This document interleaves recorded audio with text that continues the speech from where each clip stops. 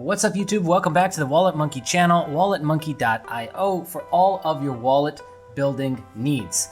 It's that simple. Our goal is to give you all the resources that we possibly can with no games, no gimmicks, no pop-ups, no courses, no anything, all right? Just everything you need to grow your wallet today. So today, we're gonna cover a really important topic and like, let's call it back in the education phase, which we're gonna start to cover more and more of these topics as time goes on, which is the difference between charge cards and credit cards. There actually is a big difference, and I'm gonna share with you, as you can see on the screen, all the different things, and we're gonna talk through this, and I'm gonna obviously share some personal insight along the way. So strap in, let's get started. All right, now the biggest things to pay attention to is these first four I've got to the left. So this is like, you already know what credit cards are. I'm just covering charge cards, and then we'll compare against and contrast, right? So first off, with a charge card, there is no preset spending limit. Now, please understand, and companies like American Express even tell you this, that just because there is no preset spending limit, that does not mean that there is no limit at all and that it's unlimited spending.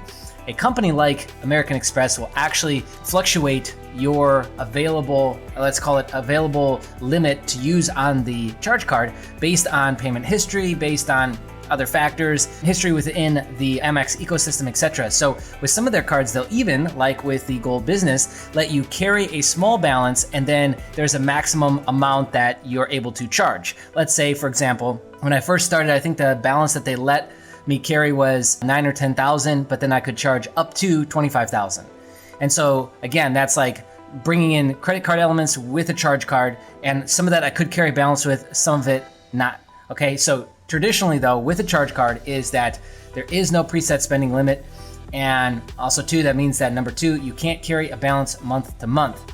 That also means number three is that statement date versus payment date is absolutely crucial, because your statement date might fall on a different date than your payment date.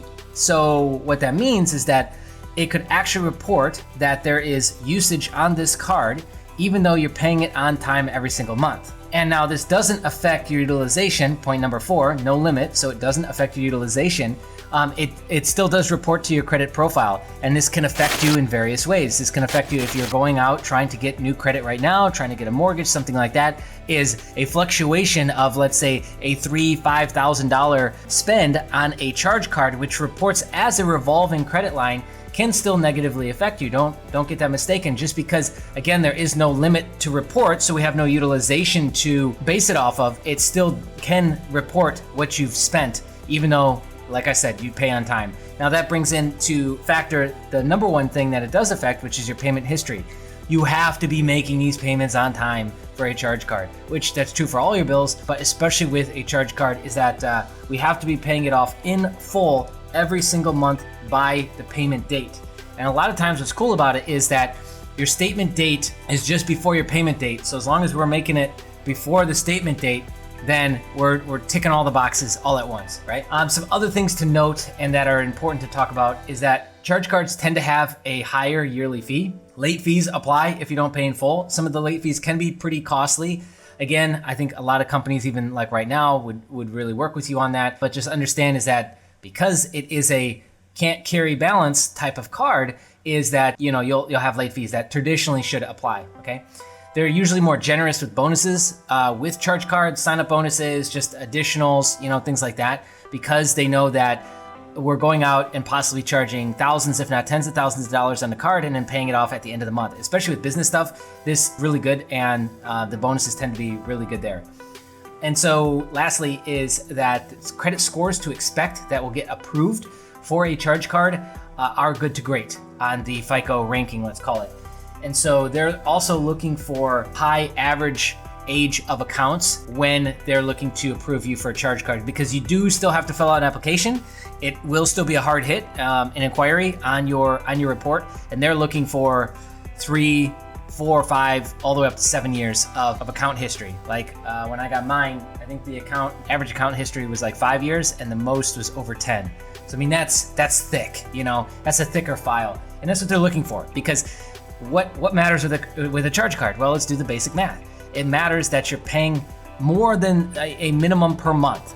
So they really like to see that behavior on other credit cards that you've already got, so that they can get an indication and an idea of how you're going to treat their charge card. So again, There you go. That's it. That's the differences wrapped up in 5 minutes. Difference between charge card and credit cards. There's hybrids of both that do exist. I think they're great and they serve their purpose for what they are. And don't make them anything that they're not supposed to be, right? Use charge cards to carry balances. Use credit cards that carry balances. Use charge cards for those purchases that you want to collect points on, or that you are already going to use your cash on, but use it on the card, like I said, to get bonus points, to get usage out of it, and then, just pay it off at the end of that month. If you like this video or you got something to say, click the like button, comment below, or if you just want to help us get up in the algorithms, do those things as well.